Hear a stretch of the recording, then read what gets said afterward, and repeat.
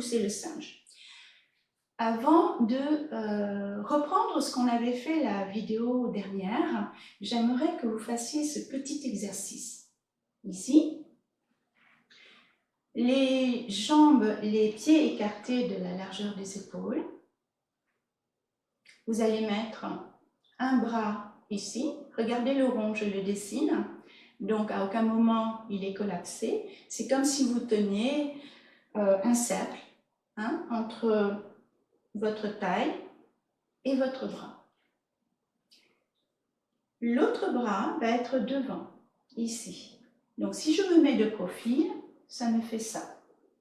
Voyez? L'autre côté, ça me fait ça.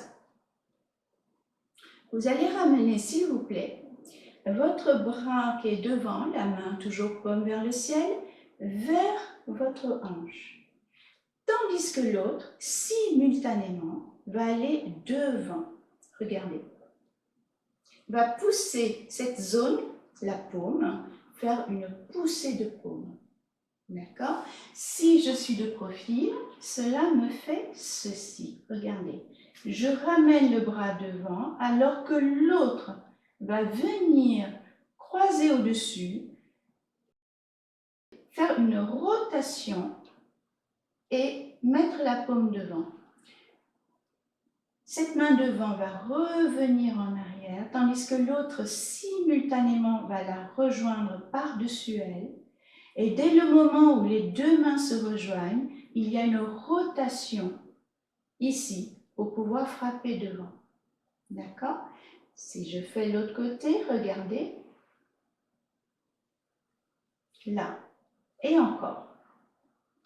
Là. Voyez? Alors maintenant, devant, ça nous donne ceci. Tout à l'heure, je suis là. Là. Vous voyez qu'il y a un travail simultané des deux bras.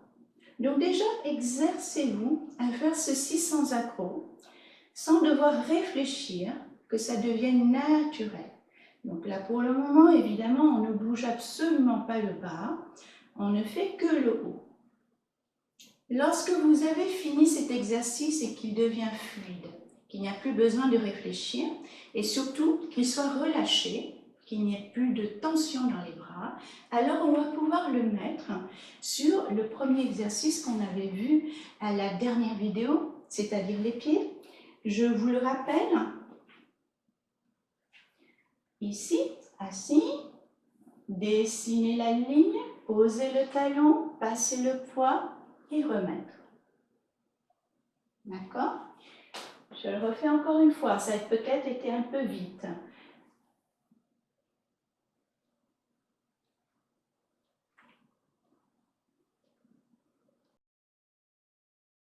Voilà ce que l'on avait fait. Maintenant avec les bras. Ici, la main devant et l'autre tenir quelque chose de rond au niveau de la hanche. Voyez là. Je vais dessiner ma ligne. Je me retrouve comme ceci. Dès le moment où je vais poser mon talon, mon tronc, mon buste va aller sur 45 degrés. Vous vous rappelez? Du coup, cette main-là, elle va suivre la structure. Regardez, elle ne fait rien du tout. Elle ne fait que de suivre cette structure du corps. Elle n'a aucune volonté. C'est juste une obéissance à un mouvement. Ensuite, je vais mettre mon poids derrière. Et dès le moment où je mets mon poids derrière, cette main-là va venir et pousser. Si je le fais de l'autre côté pour que vous puissiez mieux le voir, regardez. Là, je dessine ma ligne, mon poids est toujours devant. Dès le moment où mon talon va toucher le sol, mes deux mains vont se rencontrer. Et dès le moment où je vais passer mon poids, alors cette main va venir frapper. Vous voyez? La dernière vidéo, j'avais dit que Le dernier mouvement, c'est-à-dire la rotation du bassin, va être aidé par les bras. En effet, ne pas oublier que cette main qui vient devant avec sa paume, c'est une frappe ou un dégagement. Donc, on a besoin d'un peu de puissance. Et cette puissance, évidemment, elle ne peut pas venir de l'épaule, parce que l'épaule est une articulation fragile. Donc, nous ne pouvons pas compter sur elle. Cette puissance vers devant doit être émise par le sol, c'est-à-dire par les pieds qui montent vers le bassin, ensuite dans le dos et ensuite à l'épaule et après seulement à la paume. Donc c'est quelque chose qui est connecté par la terre. Alors, je vais le recommencer avec des précisions. Ici, nous sommes neutres. Je vais donc dessiner ma ligne, poser. Alors, vous voyez, dès le moment où je pose mon talon, alors il y a déviation. Vous voyez, imaginez qu'il y a une attaque qui arrive là, je vais la dévier déjà. Ceci. Ensuite, dans cette déviation, je vais continuer la force de cette attaque en l'absorbant derrière, ici. Et puisque j'absorbe derrière, je vais venir déjà préparer l'autre attaque, la contre-attaque, ici, là. Vous voyez?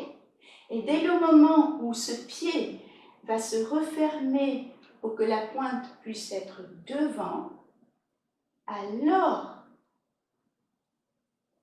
on va venir percer et ensuite attaquer. Dès le moment où cette pointe de pied va se poser par terre. Et là, le mouvement est achevé. Là, le lien est fait entre ciel et terre. Nous nous sommes servis de la terre pour pouvoir nourrir la taille qui va, elle, nourrir la frappe. D'accord? Donc, effectivement, on peut mieux le voir dans les applications martiales où cette puissance de frappe peut se manifester avec une relation à partenaire. Je vais le faire avec l'autre pied. Donc ici, on s'assoit du coup sur la gauche et la droite est devant. Je dessine ma ligne. Ma main va venir au contact dès que mon talon se pose. Mes hanches sont en rotation à 45 degrés ici.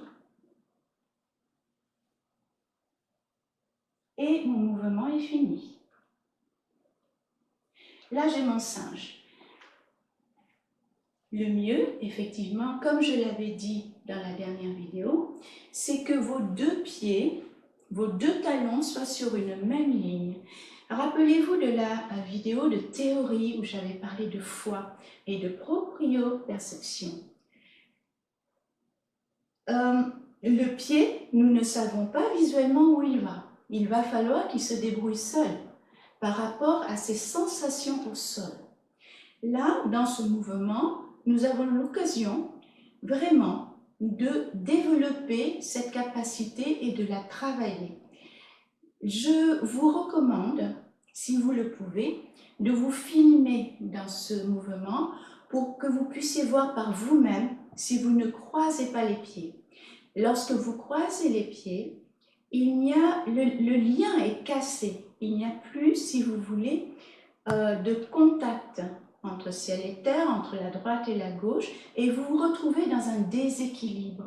Dans une application martiale, si vous croisez les pieds, vous êtes mort. Il n'y a plus de stabilité, donc il n'y a plus de puissance. La difficulté dans ce mouvement réside dans ceci. Aligner les pieds. C'est essentiel. Bon, c'est pour ça que j'ai travaillé avec quelque chose de visuel. Évidemment, vous pouvez aussi tracer un trait de craie par terre, si votre sol, évidemment, le permet. Bien, je vais enchaîner 2 pas pour que vous puissiez voir les transferts de manière plus fluide. Je me débarrasse de ces... Et on y va. Regardez. Ici.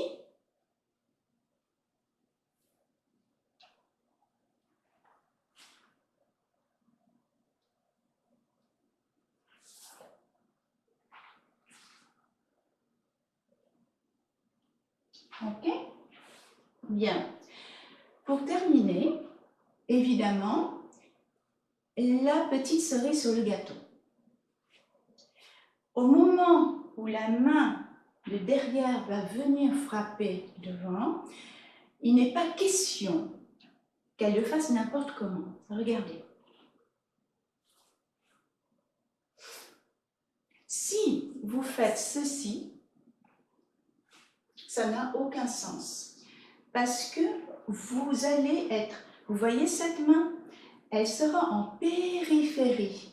Et donc, qui dit périphérie, dit aucune force. Votre force, c'est votre centre, c'est votre axe. À chaque fois que vous voulez émettre une attaque, à chaque fois, vous devez aller vous ressourcer. C'est un petit peu comme, voyons voir, oui, en ancien temps, les guerriers barbares, les guerriers, on va dire, dans les temps antiques. Ils allaient à la guerre et il y avait toujours un tonneau de vin ou d'alcool pour qu'ils puissent se ressourcer. Quand ils n'en pouvaient plus, ils revenaient, ils buvaient un grand coup et ils repartaient avec leur bouclier, leur axe et tout ça. Eh bien, nous, c'est pareil. À chaque fois qu'on veut attaquer, qu'on veut contre-attaquer, eh bien, il faut revenir à notre centre. Notre centre, c'est ce remontant-là, c'est notre potion magique. D'accord? Donc, du coup, ici, regardez. Si votre main, elle fait ça, ça ne rime à rien. Parce qu'elle ne va pas pouvoir repousser quelque chose, ni quelqu'un. Si, exemple, quelqu'un mettait sa main ici, m'empêchait de revenir. Si j'obéis à cette ligne périphérique, je n'y arriverai jamais. En revanche, si je repasse sur mon centre, c'est-à-dire ça, cet axe-là, ici, on va se prendre l'oreille. Près de l'oreille, alors vous pouvez aller attaquer devant avec force et avec efficacité en donnant un coup de paume. Du coup, regardez, notre mouvement en entier et complètement. Il ressemble à ça. Je vais vous le faire devant, regardez. Ici.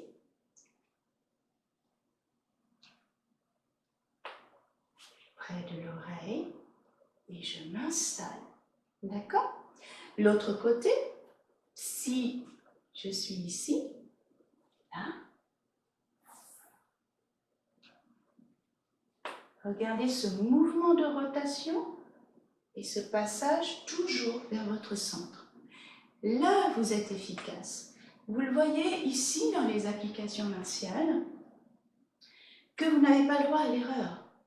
Évidemment, quand vous êtes dans votre enchaînement tout seul, sans partenaire, vous pouvez faire un petit peu ce que vous voulez.